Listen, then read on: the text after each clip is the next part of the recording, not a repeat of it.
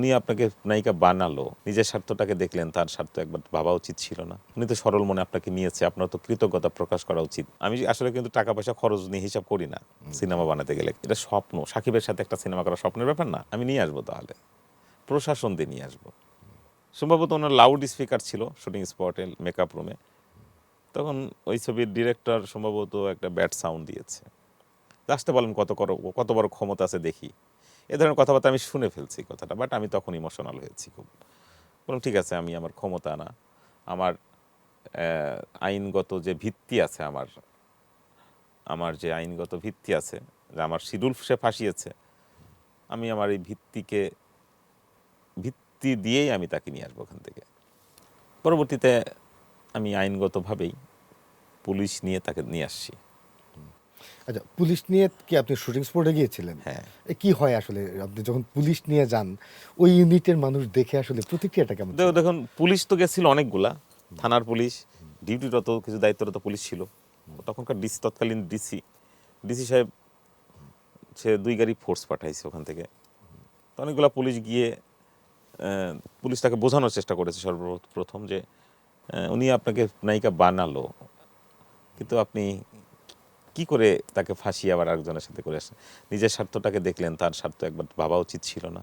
উনি তো সরল মনে আপনাকে নিয়েছে, আপনার তো কৃতজ্ঞতা প্রকাশ করা উচিত যে একটা মানুষ আপনাকে নায়িকা, আপনার স্বপ্ন পূরণ করার জন্য একটা সিনেমা করেছে, কিন্তু ওনার প্রতি আপনি একটু দয়াশীল হলেন না। এভাবে বোঝানোর চেষ্টা করেছিল।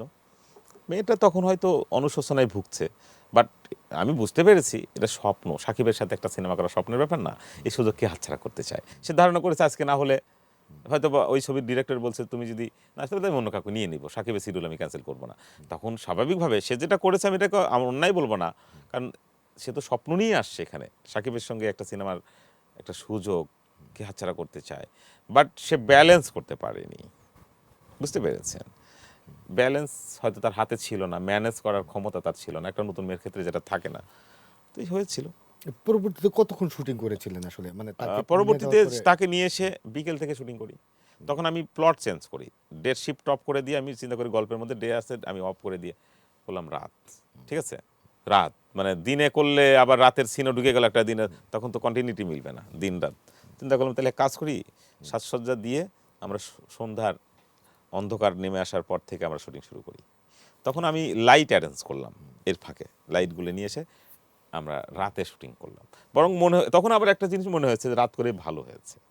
হিন্দু বিয়ে, যেহেতু হিন্দু বিয়ের কয়েকটা ব্যাপারে রাতেই হয় বেশি। সাধারণত হ্যাঁ, কিন্তু লগ্নের হিসাবও থাকে, দিনেও বাধা নাই, দিনেও হতে পারে, লগ্ন টাইমটা যে কোনো সময় হতে পারে।